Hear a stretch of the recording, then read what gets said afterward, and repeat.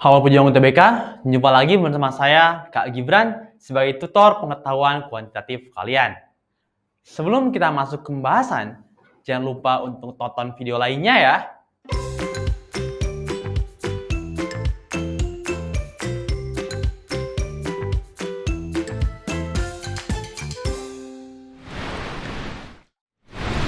Pada video sebelumnya, kita banyak membahas mengenai logika matematika secara definisi.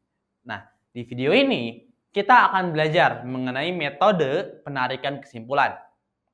Metode penarikan kesimpulan yang pertama ada modus ponen, di mana penarikan kesimpulan modus ponen mengikuti aturan kesimpulan yang sah untuk jika P maka Q dan P maka Q harus yang benar.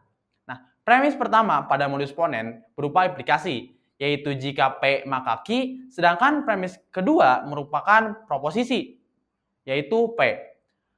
Kesimpulan yang sah dari argumen tersebut berupa proposisi tunggal, yaitu Q.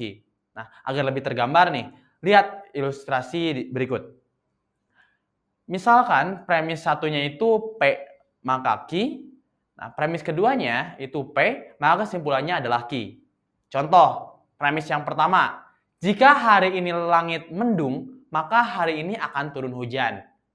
Nah, premis yang keduanya, hari ini ternyata langit mendung. Kita dapat ambil kesimpulan dari kedua premis itu bahwa hari ini akan hujan.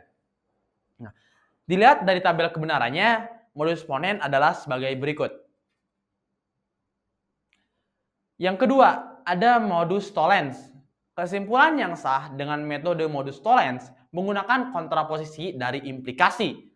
Hasil kesimpulan merupakan penerapan dari kebenaran umum yang menyatakan bahwa jika sebuah pernyataan bernilai benar, maka kontrapositifnya juga benar. Diasumsikan jika P maka Q, nah bernilai benar dan diketahui juga ingkarannya Q itu bernilai benar, sehingga agar implikasi dari P dan Q bernilai benar, maka ingkaran P harus benar. Agar lebih tergambar, coba cek gambar berikut, di mana premis satunya itu misalkan P maka Q, lalu premis keduanya adalah negasi Q, maka dapat kita ambil kesimpulan bahwa negasi P. Contohnya, premis 1, jika hari ini langit mendung, maka hari ini akan turun hujan. Premis keduanya, hari ini ternyata tidak hujan. Dari kedua premis itu dapat kita ambil kesimpulan bahwa hari ini langit tidak mendung. Nah, untuk tabel kebenarannya dapat teman-teman lihat dan amati dari gambar samping. Yang ketiga, ada silogisme, di mana silogisme merupakan kesimpulan dari keadaan yang umum ke keadaan yang khusus. Silogisme disusun dari dua pernyataan atau argumen dengan sebuah kesimpulan atau konklusi. Aturan dasar penarikan kesimpulan silogisme menyatakan bahwa jika P maka Q dan jika Q maka R, keduanya bernilai benar, maka jika P maka R juga bernilai benar. Agar lebih tergambar, lihat gambar pada ilustrasi berikut. Di mana misalkan premis 1 itu adalah P maka Q dan premis 2-nya itu Q maka R, maka kita dapat ambil kesimpulan bahwa P maka R. Contohnya, premis 1, jika hari ini langit mendung, maka akan turun hujan. Premis 2-nya, jika hari ini akan hujan, maka hikam membawa payung. Dapat kita ambil kesimpulan bahwa jika hari ini mendung, maka hikam akan membawa payung. Adapun tabel kebenarannya dapat teman-teman lihat dari gambar samping ya. Selanjutnya kita masuk ke pembahasan soal. Jika kepala stasiun meniup peluit, kereta siap diberangkatkan. Jika ada pengumuman, kereta mengalami penundaan keberangkatan. Saat ini, kereta berada di stasiun atau tidak ada penundaan keberangkatan. Nah, berarti kita ditanyakannya itu kesimpulan yang paling tepat adalah, nah, kita ibaratkan dulu bahwa kepala stasiun meniup peluit itu adalah P ya. Ini P, berarti ini Q ya, kereta siap diberangkatkan itu Q. Dan lain ini jadi P maka Q kan. Ini kalimat yang pertama. kalimat yang kedua, jika ada pengumuman, kita sebut saja R, itu kereta mengalami penundaan keberangkatan. Sebut saja S. Nah, saat ini kondisinya adalah kereta berada di stasiun. Atau dengan lain itu keretanya negasi Ki ya, itu negasi Ki. Atau tidak ada penundaan keberangkatan. Ini tuh negasi dari S kan teman-teman. Kan S itu penundaan keberangkatan. Kalau misalnya tidak ada penundaan keberangkatan itu negasinya kan. Ini berarti negasi S. Nah, ini dihubungkan dengan kata atau. Gitu.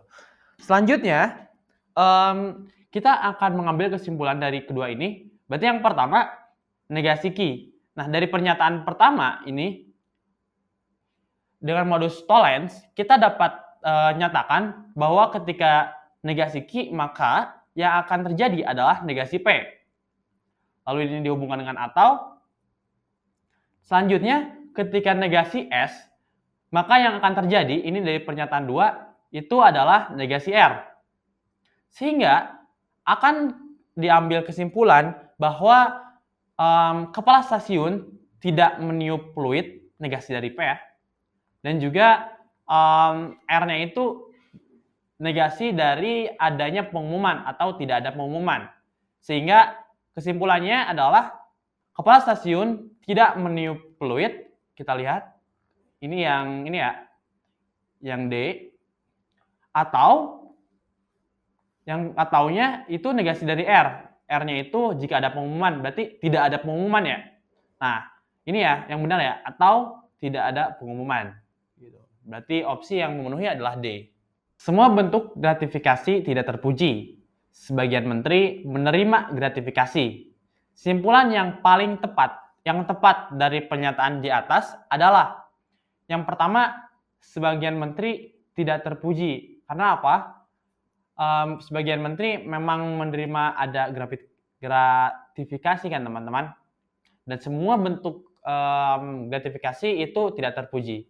Namun, yang menjadi permasalahan, apakah yang tidak menerima gratifikasi itu terpuji? Nah, ini tidak bisa kita uji ya teman-teman. Karena jika P maka Ki itu tidak selalu bahwa jika tidak P maka tidak Ki kan. Ini tidak seperti ini negasinya. Berarti ini tidak memenuhi. Selanjutnya, semua menteri tidak terpuji. Nah, ini juga salah teman-teman. Karena apa? Karena hanya sebagian menteri yang menerima gratifikasi. Lalu selanjutnya, sebagian menteri tidak terpuji. Nah, ini merupakan pernyataan benar, teman-teman. Karena memang ada sebagian menteri yang menerima gratifikasi dan semua yang menerima gratifikasi itu tidak terpuji. Berarti sebagian menteri yang disebutkan itu tidak terpuji. Selanjutnya, semua menteri menolak gratifikasi. Ini salah juga karena pada faktanya ada sebagian menteri yang menerima gratifikasi. Selanjutnya, sebagian menteri menerima gratifikasi. Ini bukan simpulan, ini hanya mengulang premis. Ya teman-teman, ini sama dengan premis kedua gitu. Ini tidak merupakan sebuah simpulan. Berarti jawaban yang tepat itu adalah C. Nah, itulah penjelasan dan contoh soal tentang simpulan logis bagian 2. Semoga penjelasan tadi dapat dipahami dengan baik ya. Jangan lupa like dan komen di bawah. Sampai jumpa.